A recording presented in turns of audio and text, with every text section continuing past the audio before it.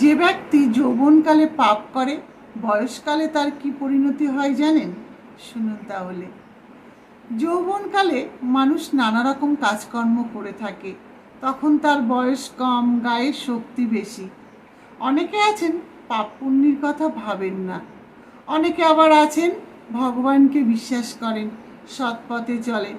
আবার অনেকে গায়ের জোরে, মনের জোরে ভগবানকে বিশ্বাস না করে নিজেকেই ভাবে ভগবান। কেমন? নিজেকেই ভাবে শক্তিশালী।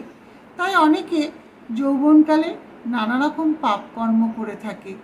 হয়তো তখন তার সময়টা ভালোই কেটে যায় সময়। কিন্তু বয়সকালে কি হয়? বয়সকালে তার ঘুম আসে না। কেন? সে যা পাপকর্ম করেছে সবই তো বিচার পেতে হবে তাকে, তাই না? আমরা ভাবি হয়তো অজান্তে কোনো কাজ করলাম, কেউ কিছু দেখলো না।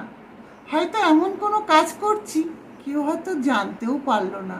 কি ভাবলাম আমি, আর এই কাজটা কেউ বুঝতে পারলো না। আসলে তা নয়।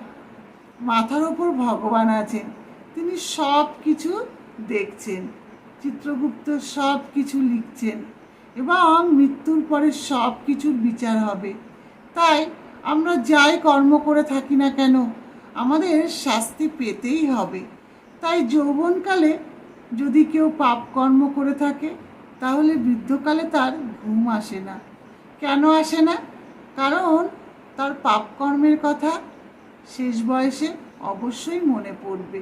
তখন কিন্তু সময় থাকবে না শোধরানোর। তাই বলবো সর্বদা সৎ পথে থেকে সৎভাবে জীবন কাটালে জীবনটা অনেক সুন্দর হবে এবং আনন্দময় হবে। হরে কৃষ্ণ।